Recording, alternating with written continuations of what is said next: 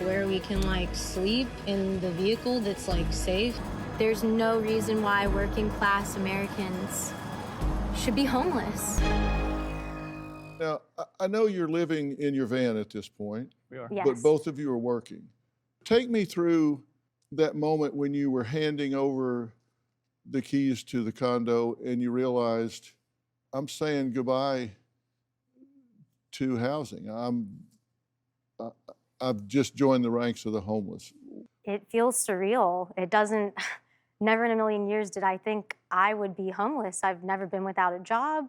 I went to college. Like, I don't understand like how this is happening. I feel like being homeless is associated with like you've done something wrong or weren't trying hard enough. So it still doesn't feel real to me. It's disheartening because you feel like you're the one that's supposed to be providing and taking care of things.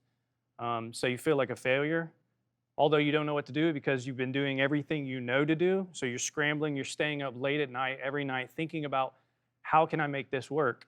We looked for places for the entire time. I mean, I was still hoping that we wouldn't have to do this, even though she had come to the reality, I think, prior to me coming to the reality of it. She sat me down and said, hey, this is going to happen because we could not find a place to rent. Our credit, the price of rent, there was no options. And we tried everywhere. We spent hundreds of dollars on application fees. Have you failed? I felt like that many times, yeah. There's been very dark days and nights where I've felt that way. Has your perception of homeless people being failures in society changed? Yeah,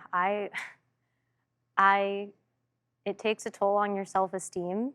I feel like the general public, when they hear that you can't afford housing, they think, well, gosh, just get a better job, or why don't you have a job? And when you're working so hard and when you live like this, everything is just that much harder just to shower, laundry, food, things that other people go home and take for granted.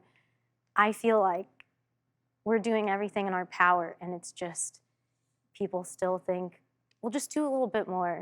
I don't know what else to do. I would love to be able to afford even a studio. It doesn't have to be anything fancy, but it really makes me feel like I'm a second-class citizen.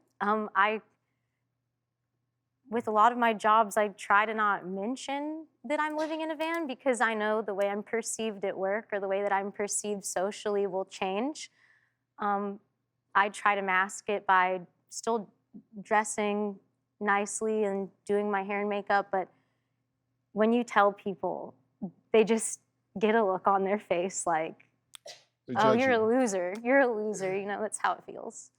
And when you know people look at you that way, do you internalize that? Do you think, well, I guess they're kind of right?